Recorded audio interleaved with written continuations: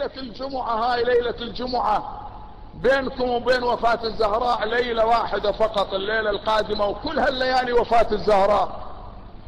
اذا تقوم تغتسل ليلة الجمعة وتصلي ركعتين صلاة الامام الحجة، صلاة الامام المنتظر عجل الله تعالى فرجه لقضاء الحوائج، هي مثل صلاة الصبح، لكن فيها لما تقرأ سورة الحمد وتصل الى قوله تعالى اياك نعبد واياك نستعين تكررها 100 مرة، اياك نعبد واياك نستعين، اياك نعبد واياك نستعين، بعدين تكمل 100 مرة وتكمل سورة الحمد.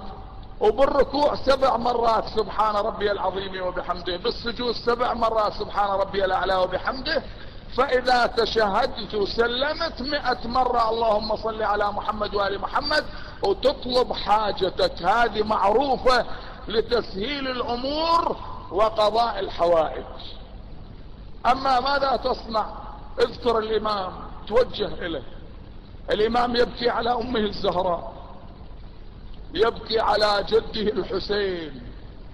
اسمع ماذا يقول عن جده الحسين، ماذا يقول عن الزهراء. اعط صدقة عن الامام. افضل اعمال امتي انتظار الفرج.